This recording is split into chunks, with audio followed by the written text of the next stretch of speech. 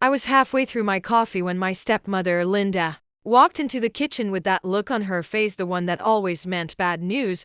She didn't greet me. She didn't ask how I was. She simply folded her arms and said, "We need to talk." Something in my stomach tightened. I set my mug down. "What happened?" She took a deep breath as though she was about to announce something completely reasonable. "Your brother, Jason, is moving back home with his wife and their two kids." I smiled. "That's great. It'll be nice seeing them again." "It will," she replied. Then her smile disappeared. "So, you'll need to leave." For a second I honestly thought she was joking. "I'm sorry." "What? You heard me." "The guest room they're using is my room." "I know.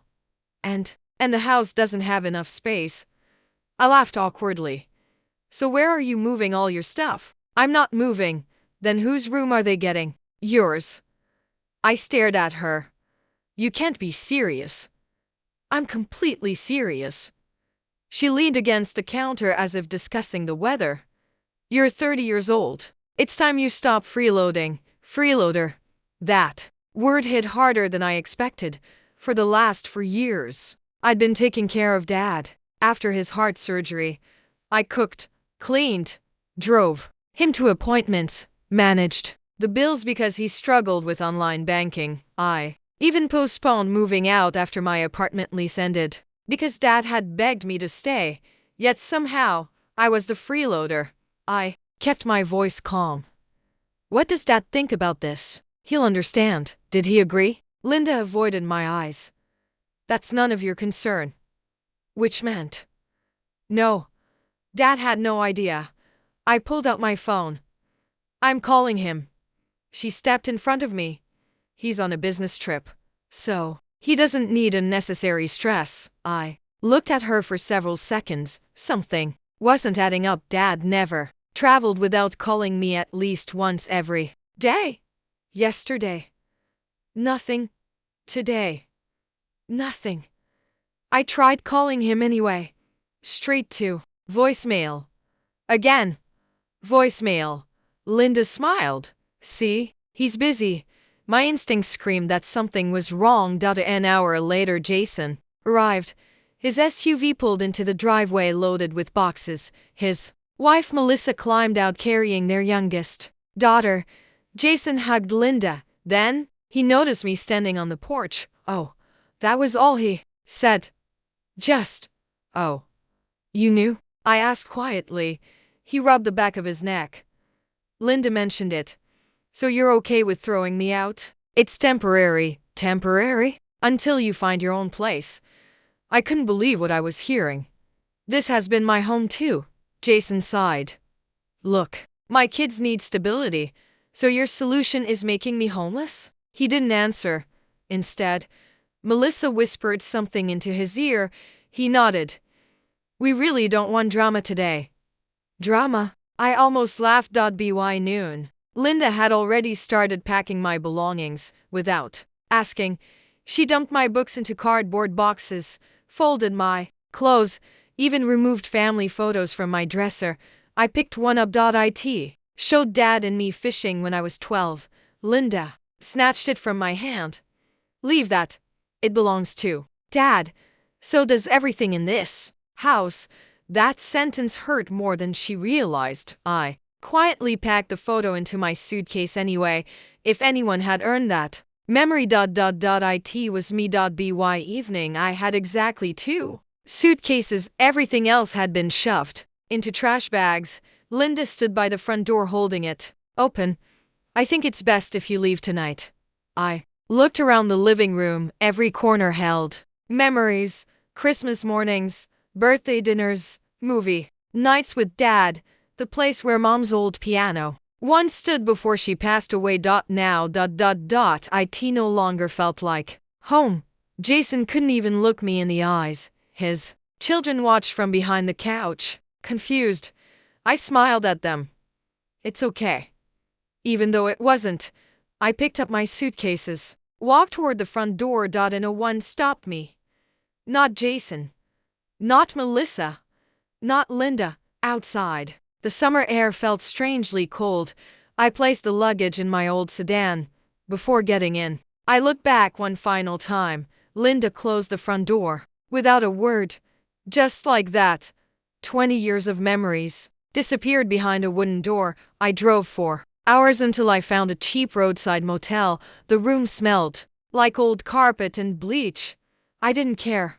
I dropped my bags, collapsed onto the bed, and stared at the ceiling all night. At exactly 6 o'clock a.m. My phone suddenly began vibrating. Dad was calling again and again and again. More than 15 missed calls appeared within minutes. When I finally answered, the very first thing he shouted made my blood run cold. "Where are you? Who told you to leave my house?" I could barely breathe as I answered the phone. "Dad." His voice exploded through the speaker. "Where are you?" I left." "What do you mean you left?" Linda's words echoed in my head. "Your brother is moving in. You need to leave." I swallowed. "Linda told me you wanted me out." Silence. A long, terrifying silence. Then Dad said something that made my heart stop. "I never said that." I sat upright on the motel bed. "What?" "I've been trying to reach you since last night. My phone died during my flight. And when I finally charged it this morning, I found dozens of missed calls." I closed my eyes. "So, you didn't tell Linda to kick me out?" His voice became cold. "I didn't know such thing." My hands started shaking. "Dad, she packed my things." "What?" "Jason moved in yesterday." "What?" "My room is already gone." For several seconds I heard nothing except Dad breathing heavily. Finally he spoke. "Stay where you are. Dad, do not go back yet." "Why?" "Because I'm on my way home." 3 hours later Dad arrived at the motel. The moment he saw me carrying 2 suitcases, his face fell. "You actually left?" I nodded. He hugged me tightly. "I'm so sorry." For the first time in years, I saw tears in his eyes. "I failed. You didn't know. But I should have." We sat in the motel room while I told him everything. How Linda called me a freeloader. How she packed my belongings herself. How Jason stood there without defending me. How no one tried to stop me. Dad listened quietly. The angrier he became, the quieter he got. That scared me more than yelling ever could. When we reached the house that afternoon, 3 unfamiliar bicycles were sitting in the driveway. Children's toys covered the front lawn. Jason's moving truck was gone. He had already settled in. Dad walked inside first. The living room went silent. Linda smiled nervously. "Oh, you're home early." Dad didn't smile back. "Where's my son?" She frowned. "What? My son? You mean Jason?" Dad's voice turned icy. "No, I mean the son you threw out of my house." Linda froze. "I can explain." "I'd love to hear it." She looked toward Jason for help. He slowly walked into the room. "Dad, did you know?" Jason looked down. "Yes." "You knew she forced your brother out?" "I thought you'd agreed." "You thought?" Dad's disappointment was impossible to miss. "I raised you better than this." Jason couldn't answer. Dad walked upstairs. A few minutes later he came back carrying a cardboard box. Inside were my childhood trophies, old photographs, Mom's jewelry box, even my college graduation plaque. "They packed your memories too." I nodded silently. Dad looked around the room. "I want everyone in the living room." Nobody argued. Even Linda looked nervous now. Dad stood in front of the fireplace. "This house belongs to me." Everyone stayed quiet. "I decide who lives here." Linda finally spoke. "I only did what was best for the family." Dad looked directly into her eyes. "No, you did what was best for yourself." Jason finally found his voice. "Dad, the kids need space." "They do. So, but not by throwing your brother away." Linda crossed her arms. "He's 30. Dad nodded. "Yes. And for 4 years he postponed his own life to take care of me." No one spoke.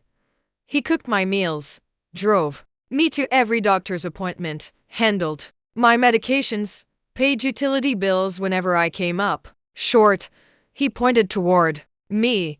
If anyone earned a place in this house, it was him. Linda's face turned pale. Dad slowly reached into his pocket. He pulled out a folded document. I was going to tell everyone next month. He handed it to me. What is this? Open it. I unfolded the papers dotted to the top, in bold letters. It read, Last Will and Testament.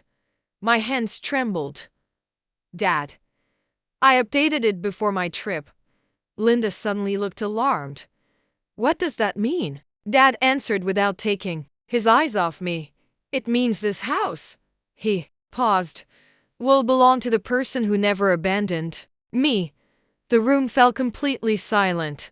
Linda looked as if the floor had disappeared beneath her feet. Jason slowly turned toward Dad. You mean, Dad nodded once. I've made my decision. Linda's face turned white. No, you can't be serious. Dad looked at her calmly.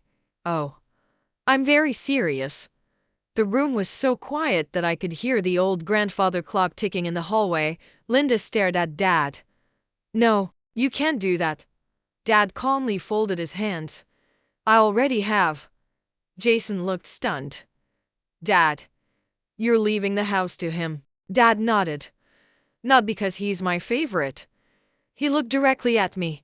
But because he proved, every single day, what family really means. Linda's voice grew sharp.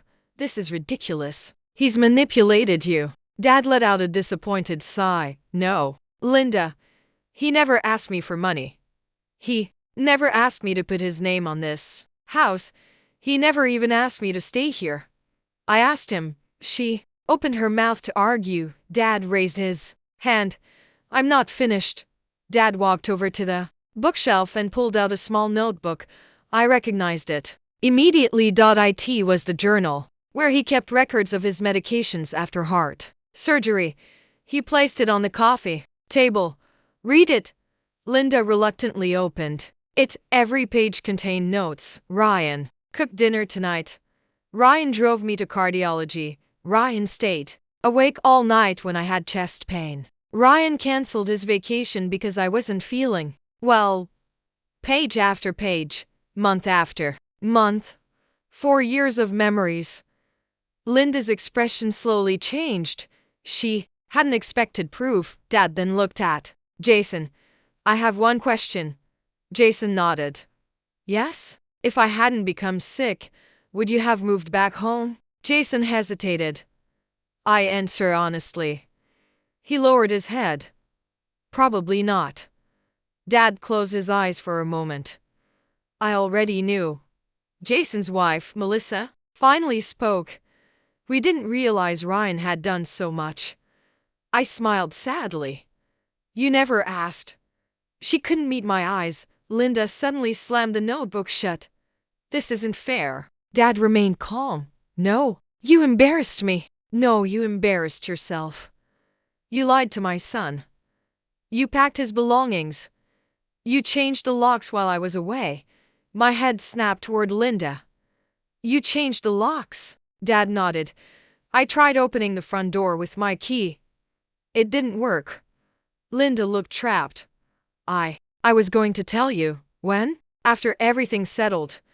Dad's disappointment turned into something colder. I trusted you. He slowly removed his wedding ring. The room froze. Linda's eyes widened. What are you doing? I've spent all morning asking myself one question. He placed the ring on the table.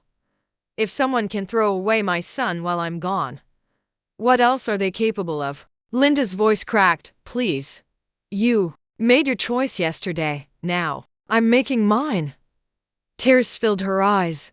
You can't end our marriage over this, Dad answered quietly. I'm ending it because I no longer recognize the woman I married. Jason stepped forward. Dad, this is my fault too. Dad nodded. You're right. I'm sorry. So am I. Jason looked at me. I should have stood up for you. You should have. I was afraid of causing problems. I gave a small smile. And look where staying quiet got us. He couldn't argue. Dad took a deep breath. I've already spoken with my attorney. Everyone looked at him. The will isn't the only thing that changed. Linda frowned. What do you mean? I signed legal documents this morning. What documents? I've filed for divorce. Linda burst into tears. No, and because this house belonged to me before our marriage. Double quotes. It isn't marital property. She slowly sank into a chair. Everything she thought she controlled had vanished in a single day. Over the next few weeks, life changed completely. Jason and Melissa rented a nearby house. Dad helped them with the security deposit, but made one thing clear: they would build their own home, not take someone else's. Linda moved into a small apartment across town while the divorce proceedings continued. She called several times. Dad never answered. Not out of anger, out of peace. As for me, I didn't move back into my old bedroom. Instead, Dad and I renovated the upstairs together. Fresh paint, new furniture, new memories. One evening, while we were sitting on the porch watching the sunset, Dad handed me a small envelope. Inside was the final copy of his updated will.